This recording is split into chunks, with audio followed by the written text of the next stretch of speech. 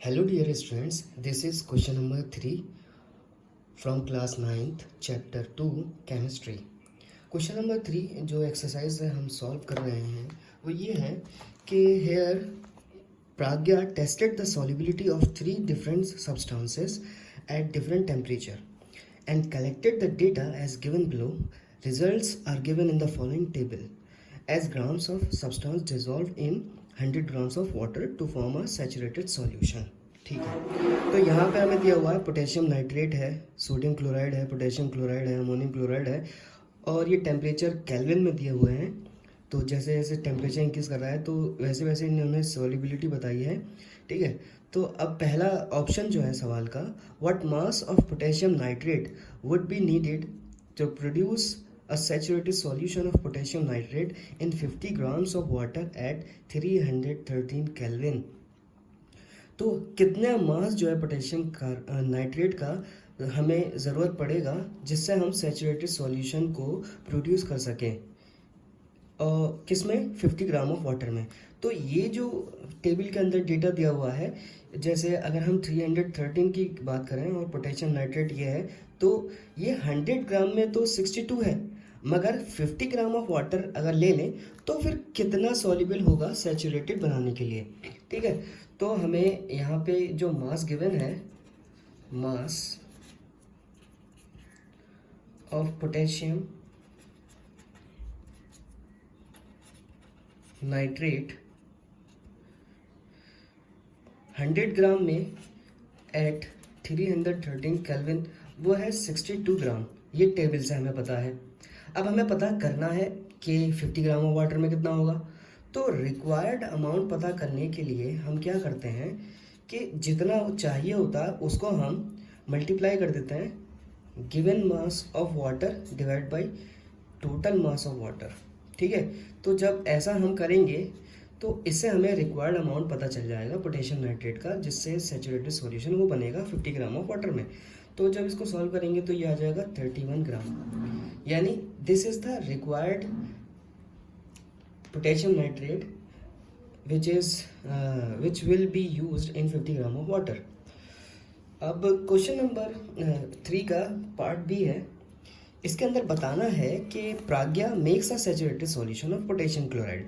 प्राज्ञा ने saturated solution बनाया potassium chloride का 353 केल्विन में, उसके बाद उसको ठंडा करने के लिए छोड़ दिया रूम टेम्परेचर तक। तो अब वो क्या ऑब्जर्व करेगी जब सॉल्यूशन कूल होने लगेगा, इसको एक्सप्लेन करना है।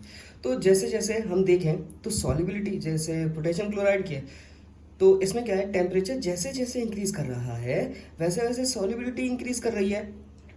अब जब वो सॉल्यूशन को रूम टेम्परेचर पर कूल करने के लिए छोड़ देगी तो क्या होगा, तो सॉल्युबिलिटी धीरे धीरे देखो 353 से फिर 313 पे 46 हुआ, फिर 313 पर जो है 40 हो गया और 293 पे 35, 283। जैसे क्या है, इसका मतलब यह है कि जैसे जैसे टेम्परेचर कूल होता जा रहा है वैसे वैसे सॉल्युबिलिटी जो है वो डिक्रीज करती हुई जा रही है।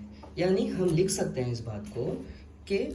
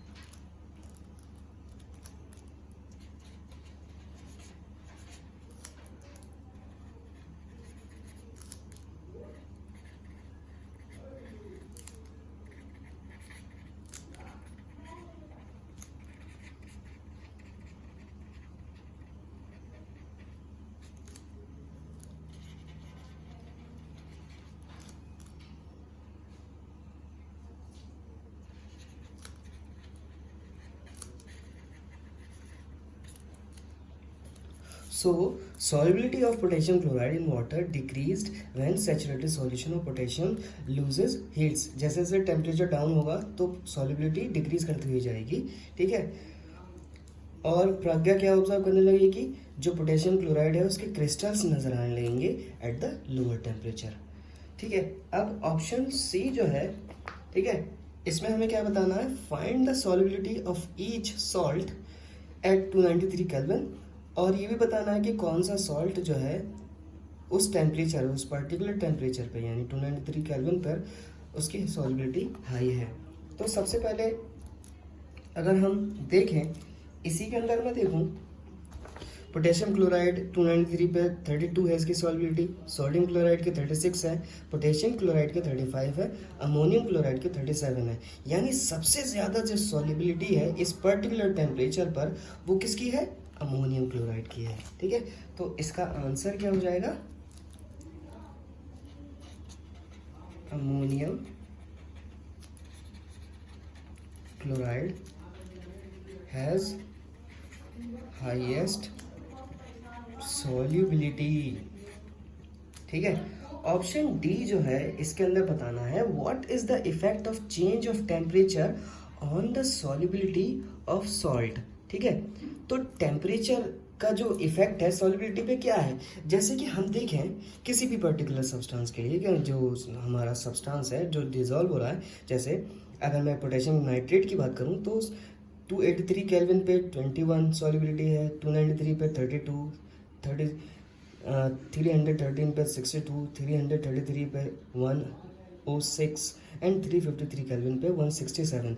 यानी कहने का मतलब ये है कि जैसे जैसे टेम्परेचर इंक्रीज कर रहा है वैसे वैसे सॉल्युबिलिटी जो है वो इंक्रीज कर रही है। तो this is the effect of change of temperature on the solubility. तो हम यहाँ पे कह सकते हैं कि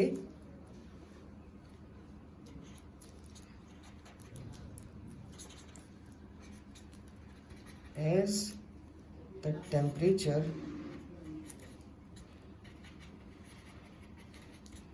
changes,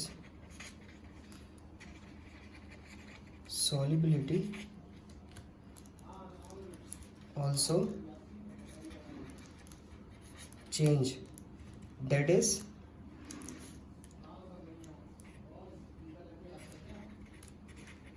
solubility is directly proportional to temperature, ठीक है। So this is all about this question number 3।